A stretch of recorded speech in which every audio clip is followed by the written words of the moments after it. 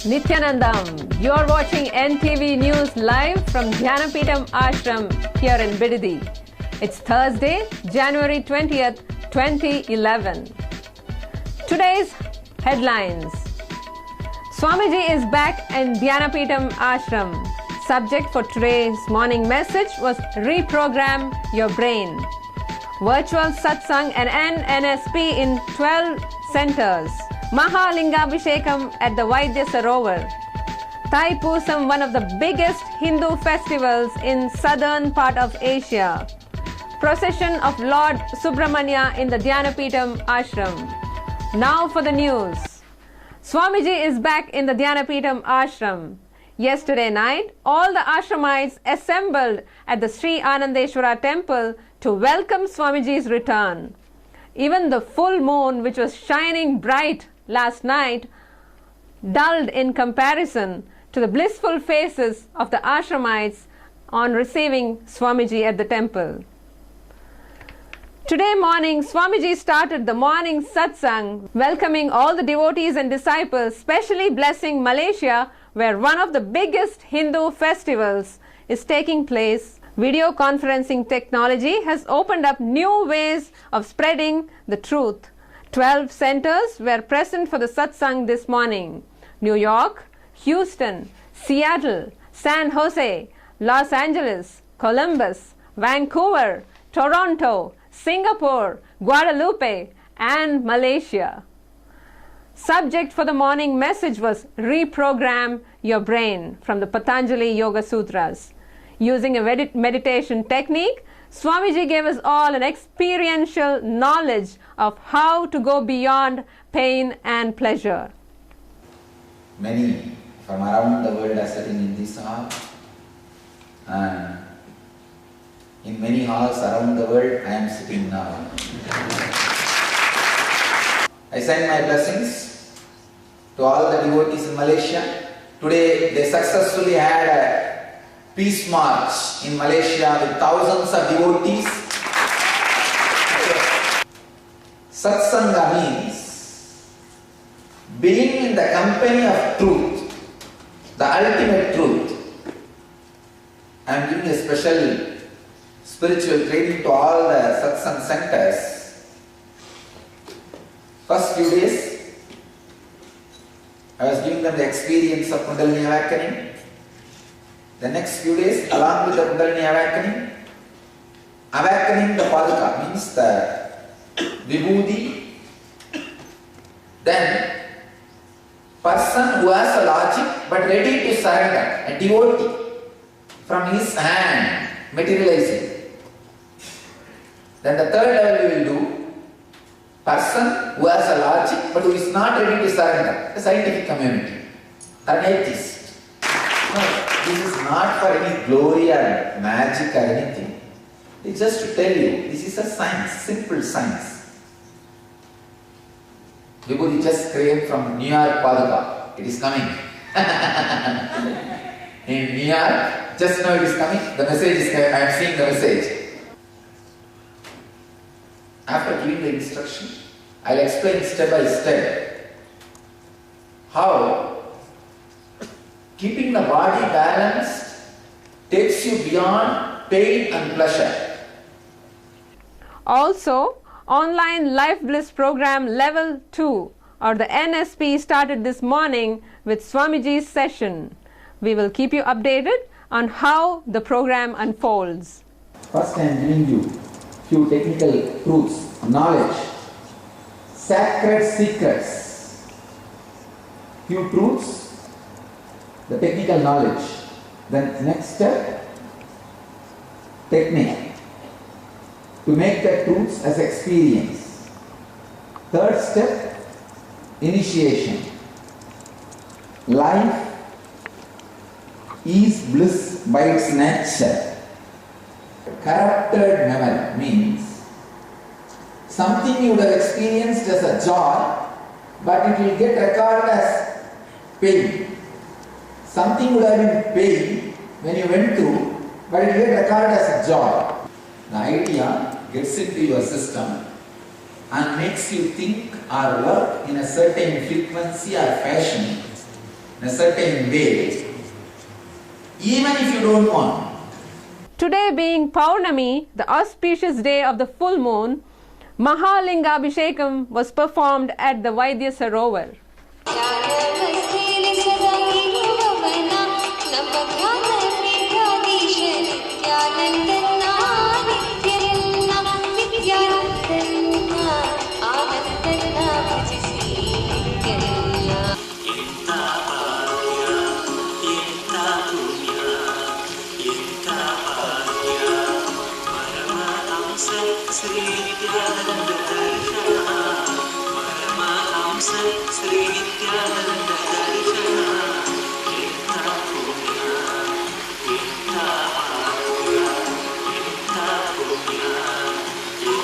As we mentioned at the beginning of the news, Thaipusam, one of the biggest Hindu festivals, started on January 19th in Malaysia.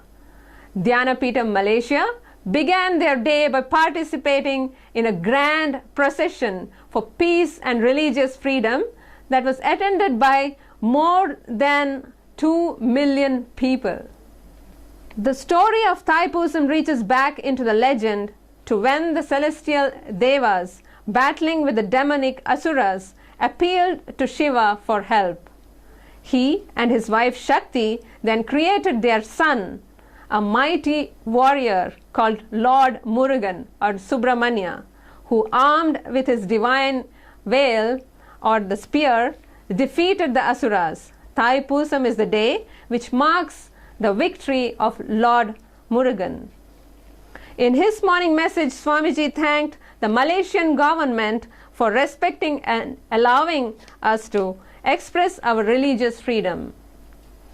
Today our devotees had a huge procession with few thousands of people for religious peace and religious freedom. Freedom to practice our religion. It was successful, well received by everybody. My blessings to Malaysia and to Malaysia for giving us religious freedom to practice our religion in faith. I thank Malaysia and its government for respecting and allowing religious freedom.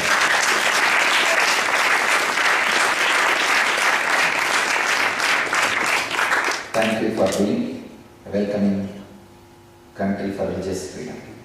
So I'll say a few words for all the Malaysian devotees who are waiting there for Satsang. எனதினிய மலேசிய பக்தர்களே,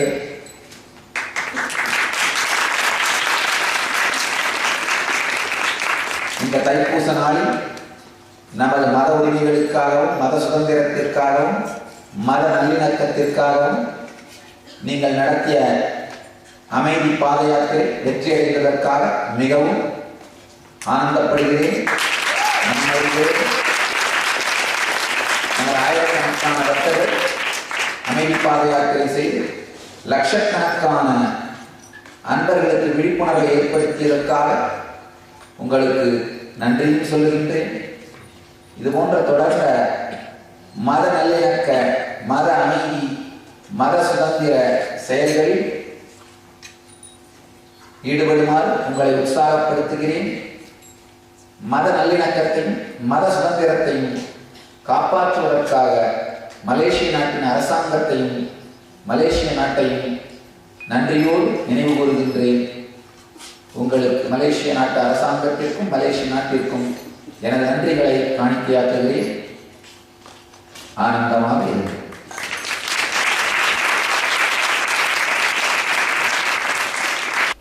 Here at the Dhyanapeetam Ashram in Bidadi, Thaipusam is celebrated tonight by taking Lord Subramanya on a procession on his chariot around the ashram.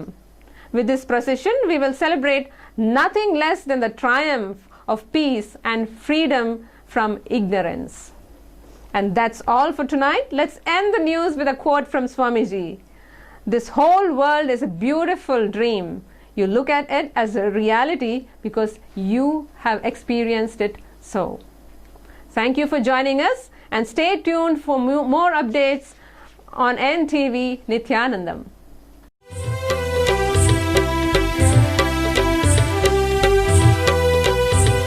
Nithyanandam. Welcome to NTV News Exploring Vedic Traditions. Tonight, let's take a look at Vastu Shastra, Vedic architectural energy fields. Vastu Shastra is an ancient building science which lays down simple guidelines for the constructions of buildings and for the lifestyle of people. Vastu aims to realign the house with cosmic principles and energy fields. The earth is considered a living organism in Vastu science. The Vastu Shastras address the energy contained in the earth as Vastu Purusha. Purusha means subtle energy that permeates the earth, and Vastu is the material body that evolved out of this energy. Earth is a live material object suspended in a sea of space and existing as a part of the universal being. What is prana, or cosmic energy, according to Vastu Shastra? Prana, or life-giving energy, is symbolically believed to enter from the northeast early in the morning and move around to the east, southeast, northwest, west, and finally exit through the southwest at night when everyone falls asleep. Calculations are made as to the best location of the sun for meditation room, puja room, best place for bathing, best place of sun at kitchen for food prep and eating. There's even a best time to study. And of course, sunset identifies the best bedroom. What are the energy fields that surround us? Vastu Shastra takes into account the various natural energies which are available free of cost on the earth and in the atmosphere, such as solar, lunar, earth, sky, electric, magnetic, thermal, wind, light, and cosmic energy. Always available to us, always free. According to Vastu Shastra, energy lines run like a large grid across the earth, from north to south and from east to west.